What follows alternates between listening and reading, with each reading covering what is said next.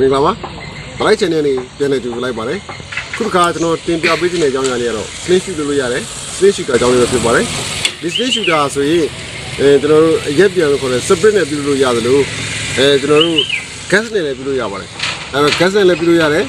ကျွန်တော်တို့ရက်ပြန်နဲ့လည်းပြုလို့ရတယ်ပြီးတော့ using လွယ်ကူတယ်အဲဒါကြောင့်မို့လို့ဒါလေးကိုသိသိချင်းနဲ့ကျွန်တော်ဒီ video လေးနဲ့တင်ဆက်ပေးလိုက်ရတာဖြစ်ပါတယ်အားလုံးပဲကျွန်တော် video လေးကိုအားပေးကြပါဦးဗျာ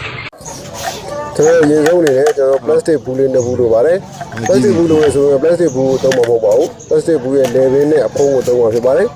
ရင်ဆုံး level လေးကိုဖျက်ယူပါမယ်ပြီးတော့ကျွန်တော်တို့အနားညီတော့အောင် cover လေးနဲ့စားပါတယ်အနားညီမှသာကျွန်တော်ကောက်ကတ်တဲ့ခါမှာလေးလုံးမှာဖြစ်ပါတယ်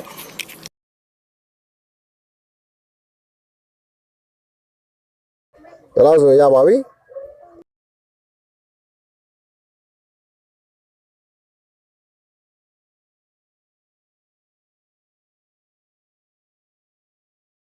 ဒီနှစ်ခုကိုကျွန်တော်တို့ကconnect ကမှာဖြစ်ပါတယ် file to connect ကမှာဖြစ်ပါတယ်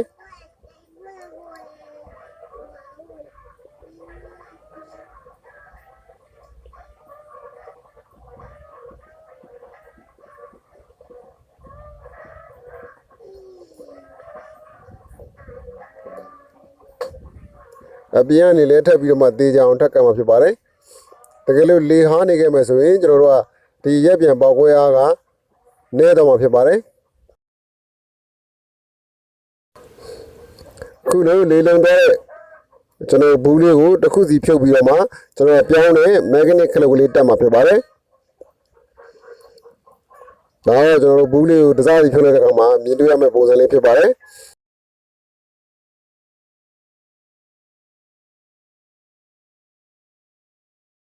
ကျွန်တော် magnet နဲ့ကျွန်တော်ပြောင်းလေးတက်ဖို့အတွက်အပေါင်းဖောင်းမှာဖြစ်ပါတယ်ပြောင်းကတော့ကျွန်တော်ဘောပင်ရဲ့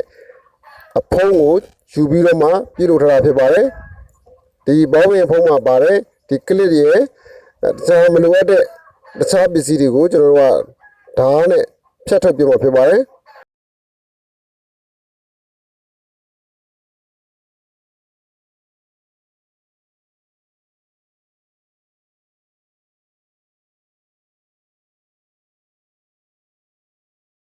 ဘောပင်အဖုံးရဲ့ထိပ်ပြပိုင်းလေးကိုလည်းဓာတ်နဲ့အနေနဲ့တီးပါမယ်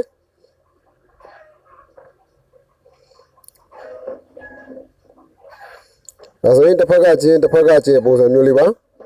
ချင်းတဲ့ဘက်ကိုကျွန်တော်ကအတွင်းမှာထားပြီးတက်မှာဖြစ်ပါတယ်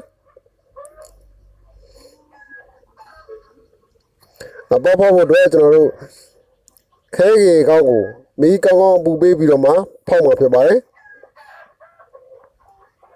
အပေါ်ဖို့တဲ့ခါမှာလည်းမကျင်းလို့မကျင်းလို့အနေထားဖြစ်ရပါမယ်ဒါမှသာလေခိုးနေရမျိုးမဖြစ်မှာဖြစ်ပါတယ်ပြီးတော့ magnet တက်မှာဖြစ်ပါတယ် magnet တက်တယ်မှာလည်းတထုပါတဲ့ဘက်ကိုဖောက်ပြီးတော့မှဘူးထဲကိုထည့်မှာဖြစ်ပါတယ်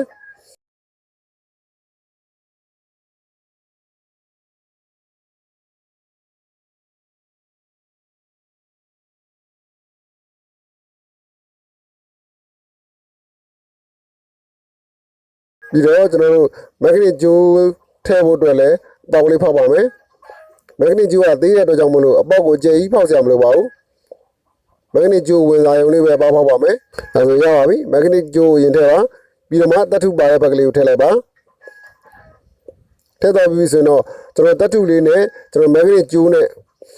နီးကပ်လေးဖြစ်အောင်လုပ်ပါမယ်ဒါမှသာလေ magnet နေတဲ့အခါမှာမီးကူးမှဖြစ်ပါတယ်မီးကူးမှသာလေဒီ project မှာအဆင်ပြေမှာပါ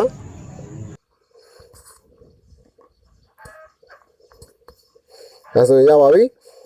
ဒီမှာကျွန်တော်တို့ဟော့ဂရုကန်နဲ့အပေါက်တွေကိုလိုက်ပြီးတော့မှပိတ်မှာဖြစ်ပါတယ်လေးမခိုးအောင်လေးမဝင်အောင်လို့ဟော့ဂရုကန်နဲ့ကတ်မှာဖြစ်ပါတယ်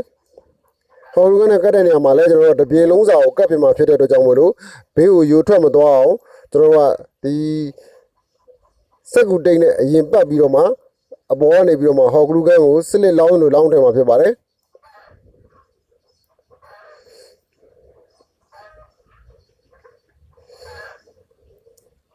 အရင်ဆုံးကျွန်တော်အနီးနားမှာရှိတဲ့ဒီကျွန်တော် magnet တိုင်းချေမှာဒီပြောင်းတိုင်းချေကိုအရင်ဆုံးကျွန်တော်တို့ကဒီကော်လေးနဲ့ကပ်ပါတယ် အဲ့ဒါပြီးပြီဆိုမှဘေးပတ်ချလဲအကုန်လုံးကိုကျွန်တော်တို့ကဟော်ဂလူကန်အရေလောင်းထည့်မှာဖြစ်ပါတယ်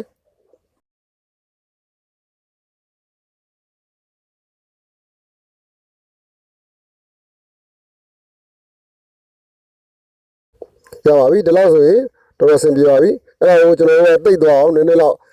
ခောက်ပေးပါမယ်ကျွန်တော်အင်္ဂလိပ်မဆလာဖျော်တဲ့နေရာမှာတော့ဗိုင်ဘရီယာနဲ့သုံးသလိုကျွန်တော်တို့ကလည်းတိတ်သွားအောင်ကျစ်သွားအောင်နည်းနည်းတော့ခောက်ပေးပါတယ်လှုပ်ပေးပါတယ်ဒါလေးကတော့ကျွန်တော်တို့က plastic တနက်လေးတွေမှာပါတဲ့ကြည်စံလေးပါ plastic ကြည်စံလေးပါကျွန်တော်တို့ဟော်ဂလူကန်လေးထွက်တဲ့ကော6သွားပြီဆိုရင်တော့ခွာပလိုက်ပါမယ်ပြီးတဲ့အစွန်းထွက်နေတဲ့ဟာလေးတွေကိုကတ်ကြီးနဲ့လိုက်ပြီးတော့မှရှင်းလေးလုပ်လိုက်ပါတယ်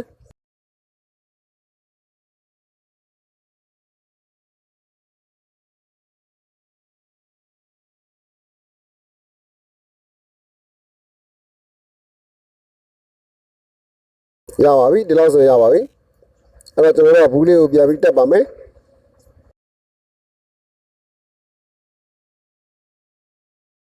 ပြီးတော့ကြည်တောင်လေးထည့်ပါမယ်ဆွမ်းနာပြောရဲ plastic ကြည်တောင်လေးထည့်တာဖြစ်ပါတယ် plastic ကြည်တောင်လေးအောက်ထိမရောက်ပါဘူးဘာဖြစ်လို့လဲဆိုတော့ဒီဘောပင်ဖုံးရဲ့ဟွာကဒီမှာကျယ်ပြီးတော့မှအတွင်းထဲကျကျင်းသွားလို့ပါပြီးတော့ကျွန်တော်တို့စမ်းကြည့်ပါမယ်အဆင်ပြေပါတယ်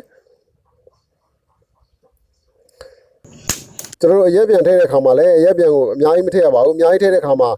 ကျွန်တော်တို့အရည်တွေရွှဲသွားပြီးတော့မှမီးမကူပဲဖြစ်တတ်ပါတယ်နောက်တစ်ချိန်ကျွန်တော်တို့လုပ်ကြည့်ပါမယ်စပရေးအငွေ့ပဲထည့်ရမှာဖြစ်ပါတယ်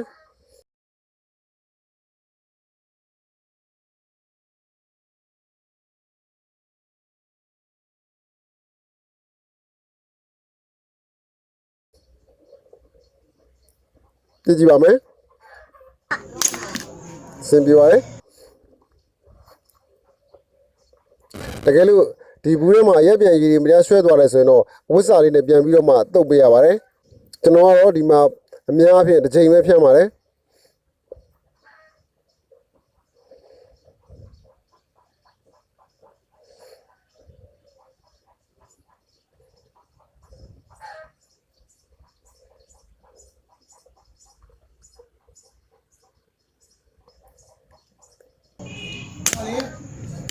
ရပါပြီဒါကျွန်တော်တို့ရက်ပြန်နဲ့ထည့်ပြီးတော့မှပြစ်တဲ့ခန်းလေးပါဒါကိုကျွန်တော်တို့ကဒီ gas နဲ့ရမလားဆိုတာကိုကျွန်တော်တစ်ချက်ဆက်ကြည့်ပါမယ်မိချင်းမှာပါတဲ့ gas နဲ့ပဲစမ်းကြည့်မှာဖြစ်ပါတယ်မိချင်းမှာပါတဲ့ gas ထည့်ပါမယ်မြန်ပိတ်ပါတယ်ပြစ်ကြည့်ပါမယ်ဒါလည်းအဆင်ပြေပါတယ်နောက်တစ်ချိန်ထပ်လုပ်ကြည့်ပါမယ်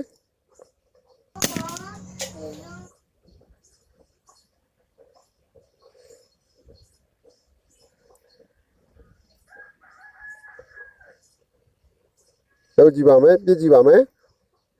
အဆင်ပြေပါတယ်ကျွန်တော်တို့ကရက်ပြန်နဲ့လည်းအဆင်ပြေတယ် gas နဲ့လည်းအဆင်ပြေပါတယ်